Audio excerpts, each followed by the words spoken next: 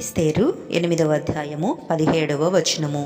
రాజు చేసిన తీర్మానమును, అతని చట్టమును, వచ్చిన ప్రతి సంస్థానమును, ప్రతి పట్టణమందును యూదులకు ఆనందమును సంతోషమును కలిగెను.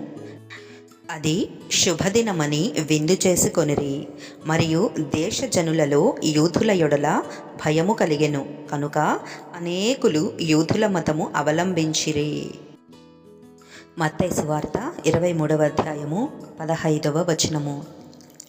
అయ్యో వేషధారులైన శాస్త్రులారా, పరిసయ్యులారా, ఒకని మీ మతములో కలుపుకొనుటకు మీరు సముద్రమును భూమిని చుట్టి వచ్చెదరు.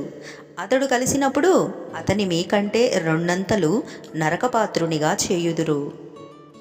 అపోస్తలుల కార్యములు 6వ అధ్యాయము 5-6 వచనములు.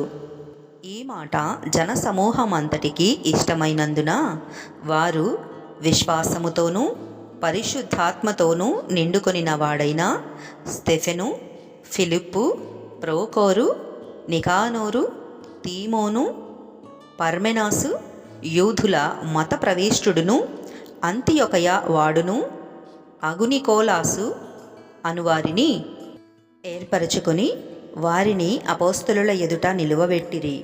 వీరు ప్రార్థన చేసి వారి మీద చేతులుంచిరి. అపోస్తలుల కార్యములు 24వ అధ్యాయము 5వ వచనము. ఈ మనుష్యుడు పీడ వంటి వాడును, భూలోకమందున్న సకలమైన యూదులను కలహమునకు రేపువాడును, నజరేయుల మతభేదమునకు నాయకుడవై యున్నట్టు మేము కనుగొంటిమి. అదే అపోస్తలుల కార్యములు 24వ అధ్యాయంలో 14-15 వచనములు.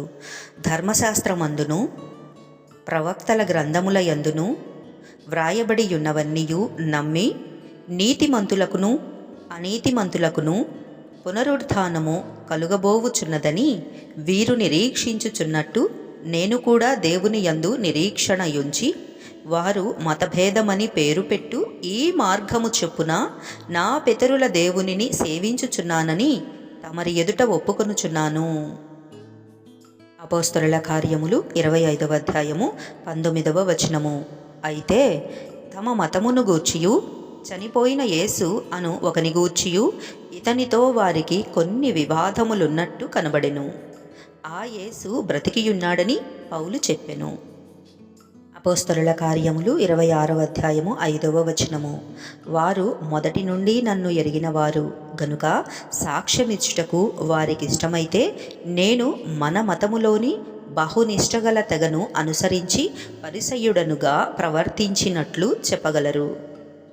చివరిగా అపోస్తలుల కార్యములలోనే 28వ అధ్యాయంలో 22వ వచనము. అయినను ఈ విషయమై నీ అభిప్రాయము నీ వలన వినగోరుచున్నాము. ఈ మతభేదమును గూర్చి అంతటా ఆక్షేపణ చేయుచున్నారు. ఇంత మటుకు మాకు తెలియననిరి. ఆమేన్, ఆమేన్, ఆమేన్.